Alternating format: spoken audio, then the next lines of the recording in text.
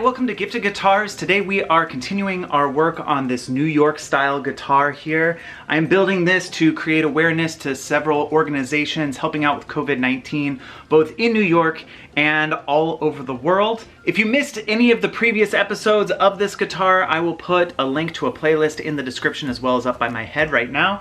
So that playlist will start you right at the beginning. You can watch the whole process of working on this guitar. Today, we're gonna put this aside for a little bit and work on the other half of the guitar, which is the neck of the guitar and the headstock. This guitar started off as a build-it-yourself guitar kit, and these kits typically come with a little extra space up here on this part of the guitar, which is called the headstock, so that you can carve it into whatever design you want. I have a few ideas on what I could do with this, and to test them out, I'm going to trace this onto a piece of butcher paper and draw out a few different design ideas.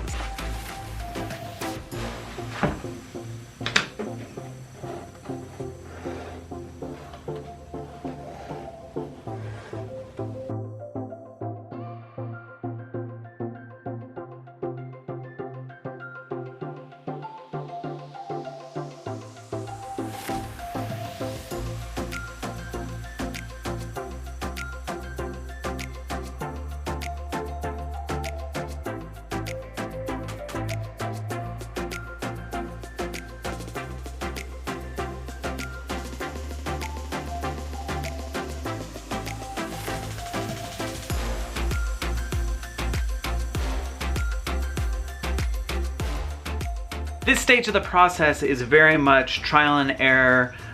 Things that I thought would work end up not working. Things that I don't think will work, I still put on the paper to see if there's an off chance that it will work. A lot of it didn't.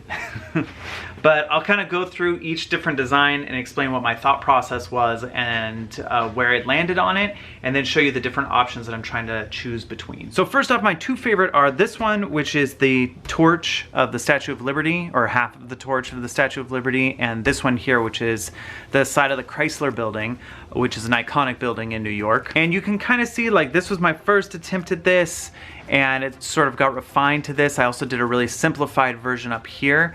My concern with this is that it's gonna look too much like a wing or like the side profile of a face or something, so I think this one's out. I don't like this one very much. This one definitely looks like the Statue of Liberty flame. This was the first attempt at the Chrysler Building. I didn't even bother inking it in because I didn't like it. This was my second attempt, and I think I like this slimmer version here. I also tried to do the Empire State Building, like part of its profile or silhouette. I didn't really like that. Tried to do the medical symbol here, which I didn't really like that much. And then I was starting to do different versions of the medical symbol and the Brooklyn Bridge. I ended up inking this one just to see what it would look like. I think it looks too much like a ship, like a boat of some sort, so I think that's out. For me, really, it's between these two. I'm still undecided, but what I think I would do with either one of these is put in details that I carve in. I haven't seen that a whole lot on headstocks, but the ones that I have seen that have like a little bit of a carve into them look really cool. And I think both of these designs would work really well in that scenario. The Chrysler Building one follows the shape of a standard Telecaster headstock.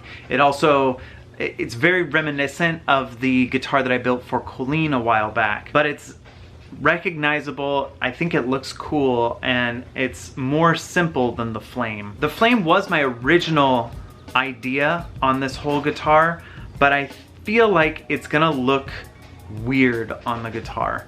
And so I'm shying away from it, and I think I'm gonna go with the Chrysler Building. But let me know in the comment section, be nice about it, because I probably chose the one you didn't like, but be nice about it. Out of the designs that I just showed you, which one was your favorite? Did you like the simple flame, the more detailed flame, the Brooklyn Bridge, the Chrysler Building? And I'd love to hear your opinion, even though it's not gonna change what I did to the guitar, because by the time you're watching this, I will have done whatever I'm gonna do to the guitar. The next step is to cut out the rough shape in the actual headstock.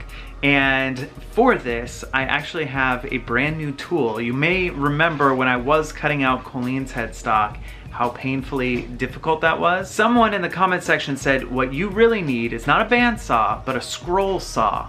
And so I got myself a scroll saw, but my table is a giant mess right now. So I gotta clean it off, and then I can put my new scroll saw on it and try it out for the first time.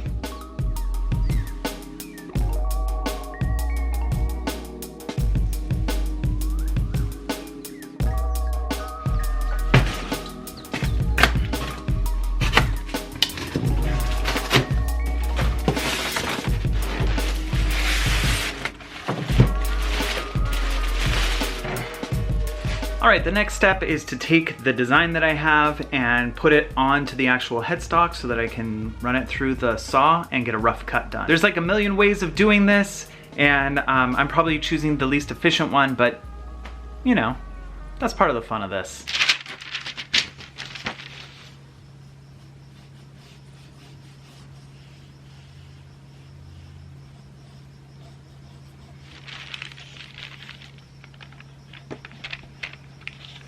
The transfer paper didn't really work, so I'm gonna do it the old-fashioned way and make my own transfer paper out of the tracing paper.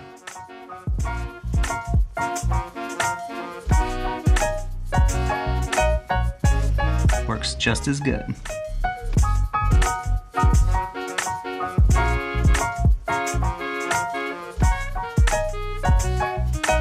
I feel like there's a bit of a learning curve that happens with this particular type of saw, but not bad. Definitely a lot less sweaty after cutting this out than cutting Colleen's guitar out. And it's kind of a cool shape. It's a little different.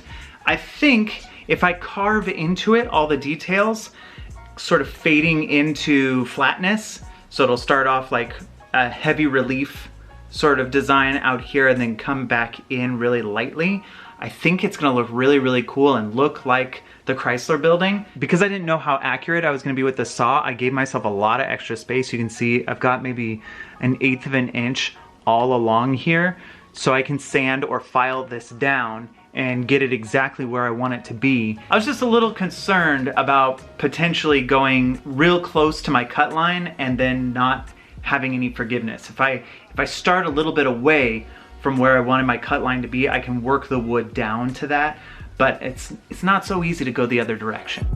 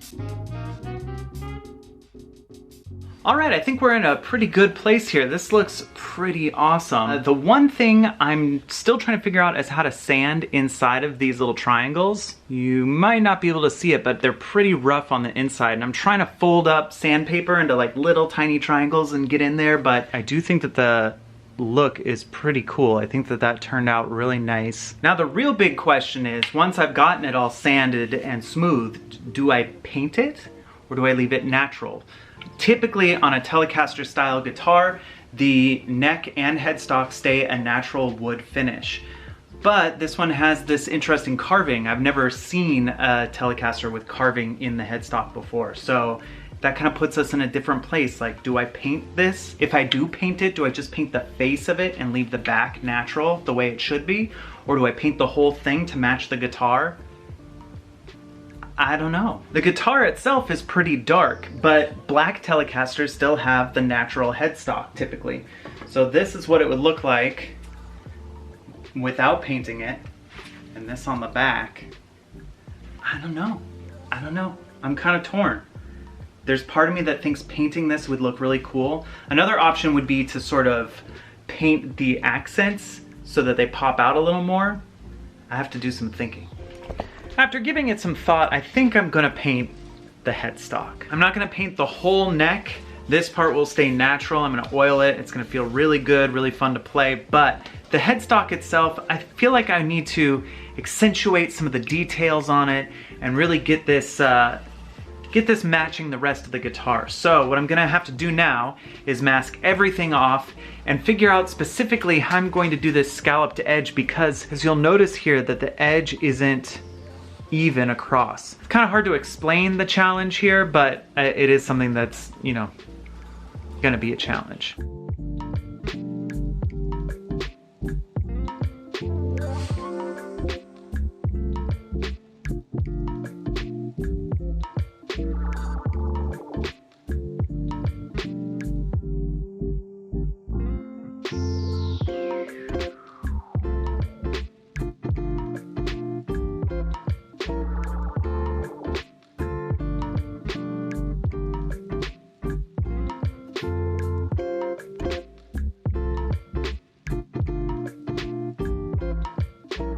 I thought I could brush in the white. It kind of looks okay from this distance, but when you get closer to it, it's pretty sloppy. So what I'm gonna do is mask everything off and spray in the white. I was hoping I wouldn't have to do that. I don't know why, just mainly because masking takes forever, but it's coming along. I like the way this fade looks. I like how the fade hit this edge more than down here. It kind of gives it more depth.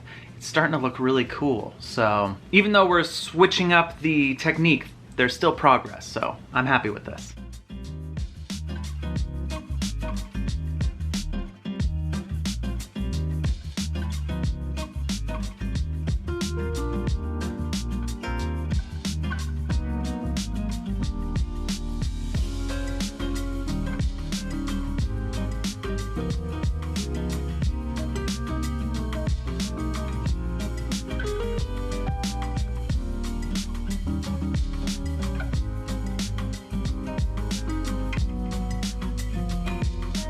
This is always the constant problem that I have with masking, is I will paint something the way I like it, then I will mask off something, paint it, and I like the paint that ends up on the guitar after I do the masking, but it always messes up the other paint. A bunch of paint came off of this area here. The paint was fully dry. I don't know why it did that, but it did. And so now what I have to do is mask the white parts again, and I think I'm just gonna cut pieces of paper that fit in there or something like that, and not mask it with something adhesive so that I don't risk pulling up any of the white, and then respraying the blue and the black on here. But we're getting there. It looks cool, but there's all these little things that I keep having to redo because when I mask it, it messes up what I've done in the past. So I'm gonna let this fully dry, give it a light sanding, try and mask off all of the holes in here, and then hit it again really lightly with the black and with the like teal, and hopefully then we will have a finished headstock and something that I'm happy with. But for tonight, this is where I'm gonna end it, and I'll come back to it in the morning. It is the next day, and I am going to start working on sanding this down a little bit. This is a 400 grit sandpaper. I really just want to lightly touch this thing up, so I'm not using anything too aggressive.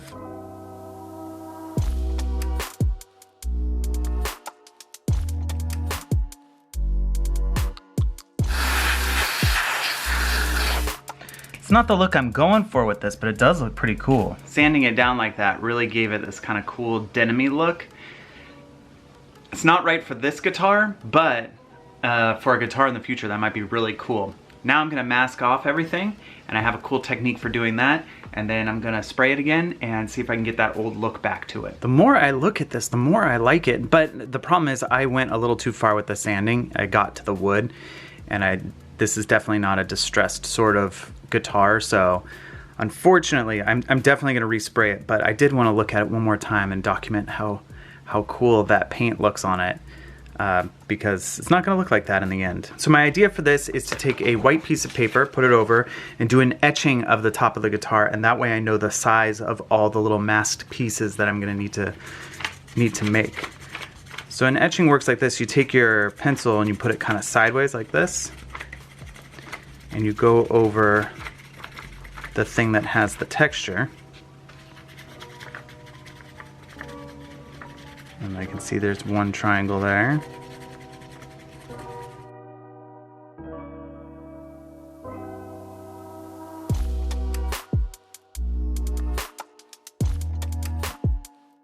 And now I can just cut out all the bits that I need and put them inside of the white parts.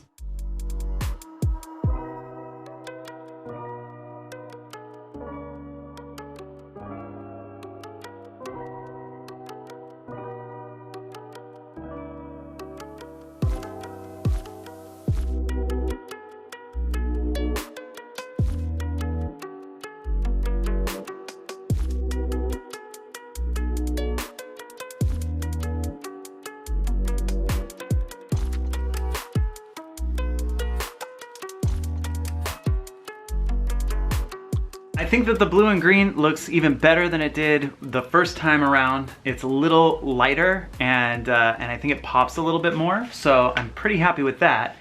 The next step is to see if I can get the masking out without ruining everything. Because that's kind of how things have been going, is I'll mask it and I'll be happy with it, and then when I take the masking off, I'm disappointed, and then I have to start the process over. So maybe we're at the end of the process. Here's hope.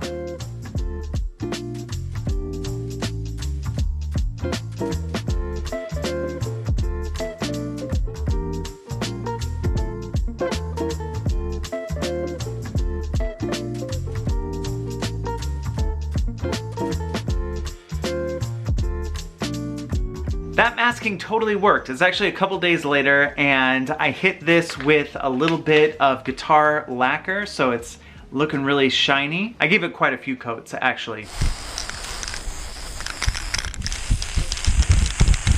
And I also hit the guitar body with it a little bit, but now it's time to take off the masking and see what it actually looks like without all of this paper and tape on it, and see if it worked. I haven't seen it in its actual form yet, so let's take it off and check it out.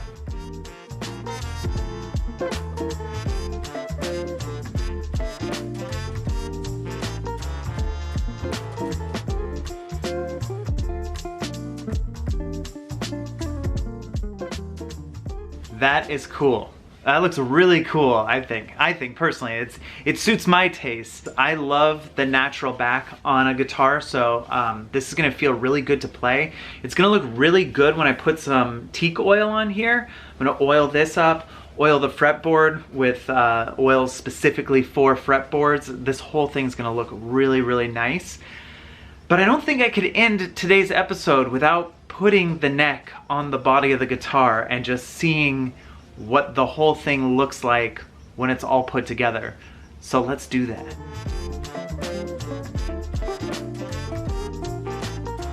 All right, this is the guitar. I mean, almost. We need to put a lot of electronics in it and like do a bunch of stuff next week. But for this week, the guitar, these two pieces are one, and I think they flow really nicely. I love this headstock. I think this is the coolest headstock that I've done. Might be one of the coolest headstocks that I've seen on a guitar, if I may say so myself. I love that it's carved. I haven't seen that on a whole lot of guitars, and it looks really cool with this design. It totally fits with the New York skyline, Statue of Liberty right here. Oh yeah, this is really, really cool. I'm excited about this. Thank you so much for watching today's episode. If you enjoyed today's build, please give this video a like, share it with your friends. If you like this kind of content in general, make sure that you're subscribed, and make sure you turn on the option to get notified when I post new videos, because I post new videos like this every Friday. We're gonna finish this guitar next week. I'm really excited about it. It's coming along really nicely. And like I said earlier, everything in this series for this guitar is to help people that have been affected by COVID-19. So if you would like to donate to a charity or organization that is helping people get through this trying time, make sure you check out the links down below. We have stuff for hospitals, for first responders, and a general need for people that are having a hard time putting food on the table or paying rent.